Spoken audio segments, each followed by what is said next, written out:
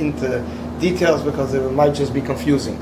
In a nutshell, it is Chassidus asked the question, how could we say Adam Kadmon, the two words, Adam means a person, Kadmon means the Almighty as he's before the whole creation. How did these two words go together? If it's a person, it's a creation. If it's Kadmon, he's before everything. The answer is, in a very simple way, that this is the thought about a person and about the chain of creation that appeared to Kadmon, to the Almighty. So this is the blueprints, and this is the thought which overviews everything that takes place later. As Chassidus explains, even when the leaf turns over and the wind comes and it turns it to the right or to the left or to the north or to the south, all this is registered in the blueprints of Adam Kadmon, which is basically this world. It's called Machshava Hakduma, the early thought of reviewing and monitoring everything that's taking place in the world and will take place. So when we say B'tchila K'sh'alam Machshava, in the beginning when it went up to create the world, is that in Or itself, or is that in Adam Kadmon? Is that the infinite light that because how could you say it went up in his thought to create? Or in this Sa'ava, the desire, or Olam Chesed Yibana, whichever phrase you use for the motivation for God to create, when did that arouse itself?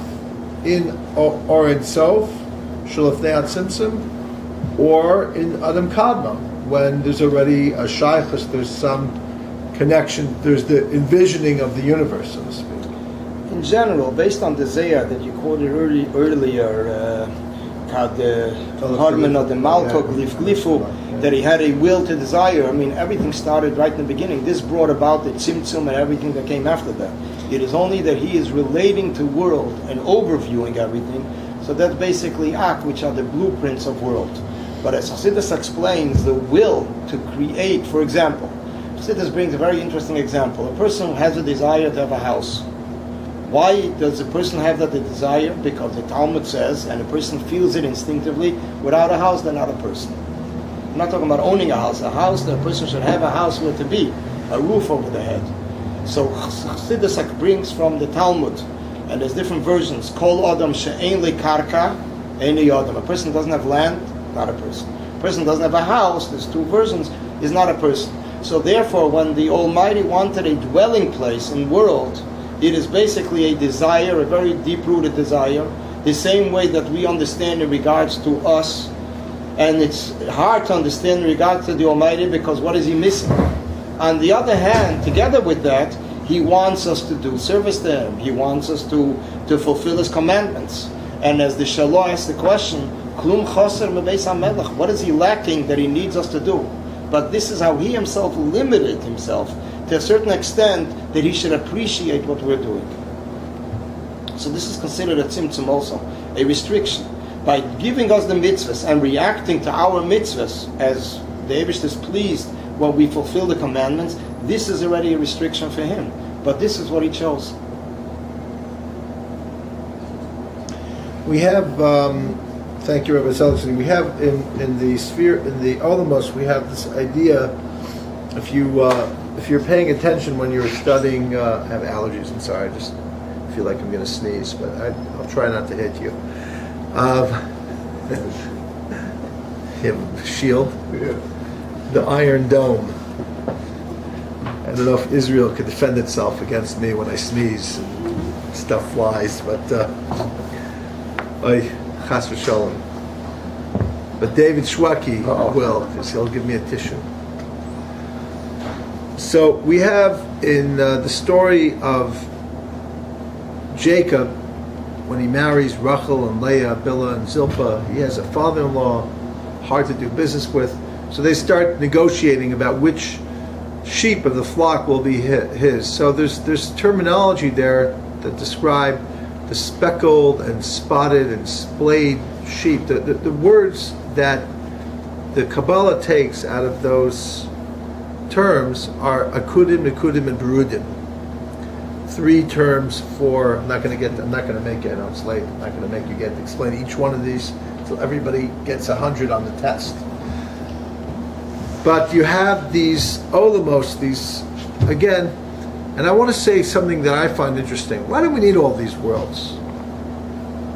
What do we need to know all this stuff for? Just say there's God. Why didn't you just read Bereshis? Like, go back to Cheder, go back to school. Read the story of Genesis. God created the world. What do you need to know about the world of Berudim, the world of Akudim, the world of Nikudim? What do you need to know these things? Kav, the ray of light, the Reshima, the residue, the Adam Kadmon. What do you need to know all these things? Does anybody know? Well, it's not just that it's good. These are all seen as meditations, techniques to take you back into God consciousness in a way where you're still whole. In other words, you can still be a fully mature human being, be in this world. And the reason why there's this idea of studying the spiritual worlds and the order in them is the idea of getting back to your source.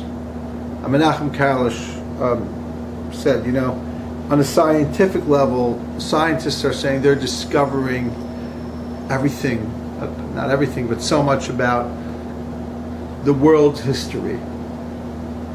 Yet at the same time, this is the atomic age, where the nuclear age, where we think we've figured it all out, or much of what has to be figured out, and yet we're so close to the verge. God forbid.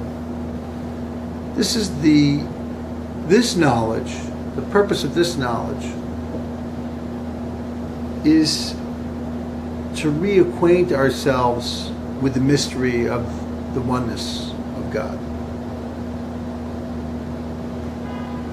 And we're complex, so some of us need it to be complicated. The Ari and Chabad Hasidus is a complex system. It's not it's one that requires the imagination and the mind and ultimately the heart. Interestingly enough, one of the things that Chabad Hasidus asks of its followers is that the head convert the heart, so to speak, transform the heart from a hard heart, from a selfish heart, to a soft heart, to a caring heart, to a divine heart. Open your heart. An open heart. That's the goal of much of the study. So we're coming up to Lag BaOmer. So rather than, we'll leave the particular olamos, which are fascinating, for now, and we're going to talk a little bit about